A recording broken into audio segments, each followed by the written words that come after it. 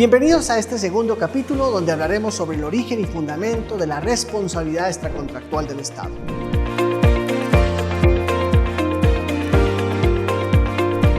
Los orígenes se remontan a Francia, hacia 1873, cuando el Tribunal de Conflictos francés establece que el Estado francés es responsable por los daños ocasionados a una niña de apellido Blanco que fue atropellada por un vehículo oficial.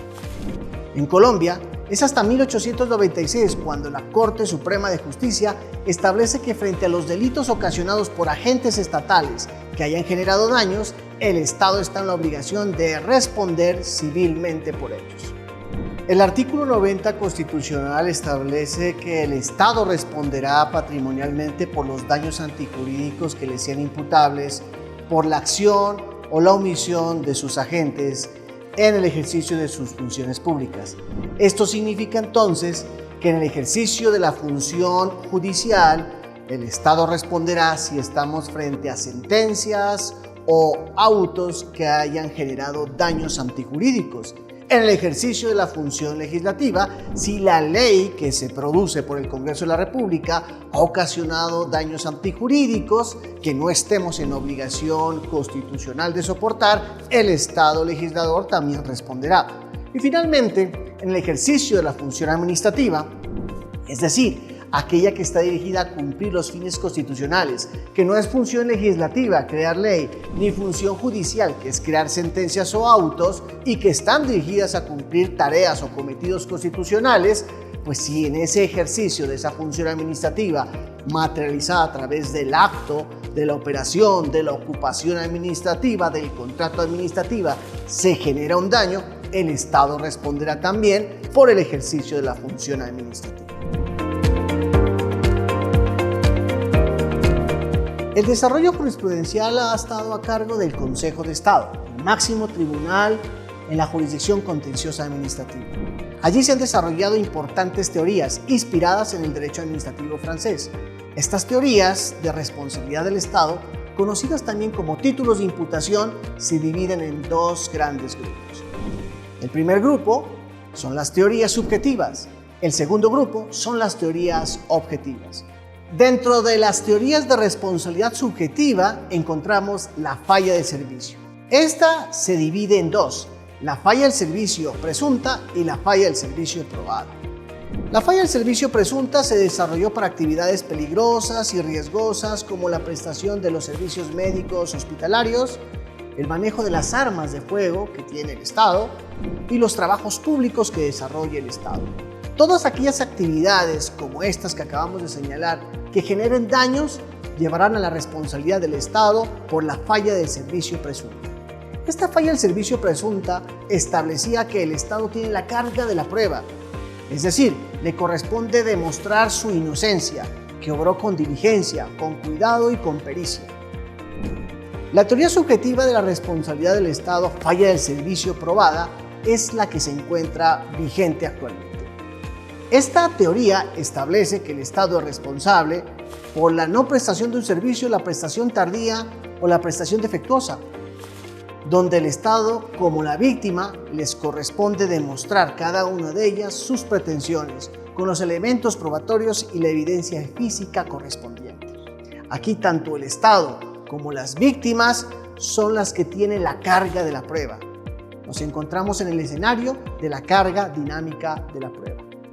Dentro de las teorías de responsabilidad objetiva encontramos la teoría del daño especial, la teoría del riesgo excepcional y la teoría de la responsabilidad objetiva propiamente dicha. La teoría del daño especial establece que el Estado es responsable si ocasiona un daño en cumplimiento de un fin constitucional o legítimo.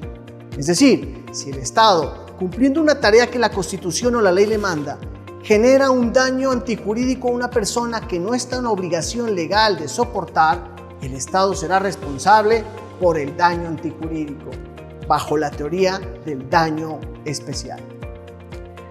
La otra teoría es la teoría del riesgo excepcional. Esta teoría del riesgo excepcional establece que el Estado, cumpliendo también sus funciones legítimas, sus funciones constitucionales o legales, ocasiona un daño a una persona, exponiéndola previamente a un peligro, a un riesgo, el Estado responde por esa lesión o afectación. En otras palabras, si el Estado pone en riesgo, pone en peligro, pone en una situación de amenaza a una persona que no se encuentra en la obligación jurídica de soportar y con ocasión de esa amenaza se lesionan sus derechos, el Estado responde bajo la tesis del riesgo excepcional. Finalmente encontramos la teoría objetiva de la responsabilidad del Estado. Esta teoría tiene un origen en el derecho administrativo español, con los aportes que hiciera Eduardo García de Enterría desde la doctrina administrativa española. Esta teoría establece que el Estado está en el deber de reparar independientemente si tuvo culpa o independientemente si existió o no existió razón para ocasionar el daño. El Estado está en el deber de reparar el daño si la lesión que se generó a los derechos tienen una consagración constitucional o legal.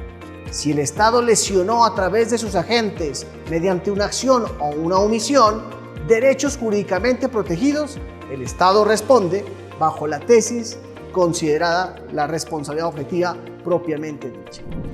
Un ejemplo de la teoría del daño especial es la reparación que el Estado le debe a la persona propietaria del inmueble que es destruido por la fuerza pública cuando en cumplimiento de sus funciones persigue a un delincuente que se refugia en ella.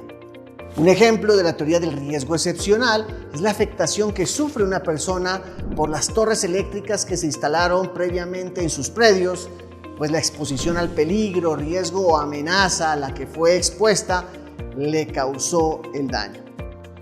Y un ejemplo de la teoría objetiva de la responsabilidad del Estado derivada del artículo 90 es la muerte de un ciudadano por una bala perdida del Ejército de Colombia.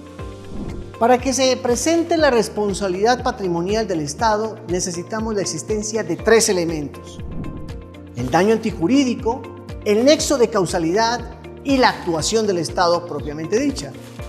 El daño antijurídico, como lo definimos en anteriores capítulos, es la lesión o la afectación que sufre una persona y que no está en la obligación jurídica de soportar. La actuación del Estado es la acción o la omisión derivada de la función administrativa, función judicial o función legislativa que genera el daño. Y el nexo de causalidad es el elemento conector que va a unir tanto el daño o resultado con la actuación del Estado. Sin embargo, encontramos que este nexo de causalidad se puede romper liberando la responsabilidad estatal. Los eventos en que se rompe el nexo de causalidad son tres: la fuerza mayor o el caso fortuito, que son circunstancias inevitables, imprevisibles e irresistibles; los hechos de la naturaleza, o conocidos también en el derecho anglosajón como los hechos de Dios. El segundo evento en donde se rompe el nexo de causalidad es la culpa exclusiva de la víctima y se presenta cuando el sujeto pasivo que sufre la lesión es el causante directo del daño. Y el tercer y el último de los eventos es el hecho de un tercero. Se presenta cuando un agente totalmente diferente, ajeno tanto al Estado como a la persona o víctima, es la directamente responsable del hecho dañoso. En esos tres eventos se rompe el nexo de causalidad y se libera la responsabilidad del Estado. Como ejemplos de los eximentes de responsabilidad de fuerza mayor o caso fortuito, encontramos los hechos de la naturaleza, aquellos terremotos, maremotos, tsunamis que puedan generar daños donde escapa la responsabilidad del Estado.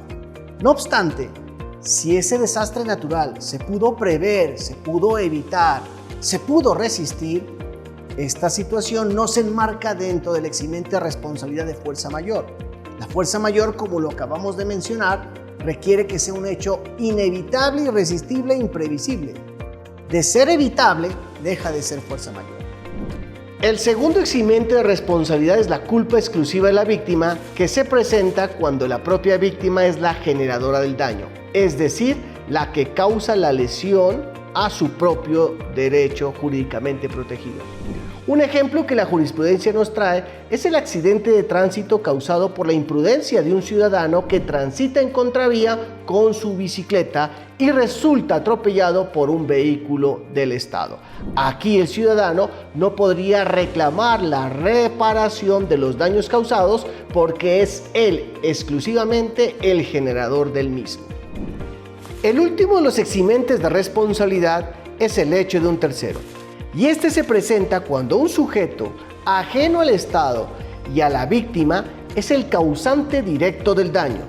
Un ejemplo es el robo de una tienda en un centro comercial a cargo de una banda de delincuentes.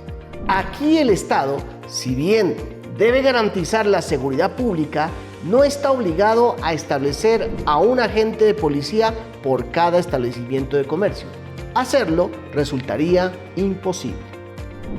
Hasta aquí el capítulo de origen y fundamentos de la responsabilidad patrimonial extracontractual del Estado. Los espero en el próximo capítulo, donde hablaremos sobre los medios de control y las diferentes acciones para reclamar la reparación por los daños imputables al Estado.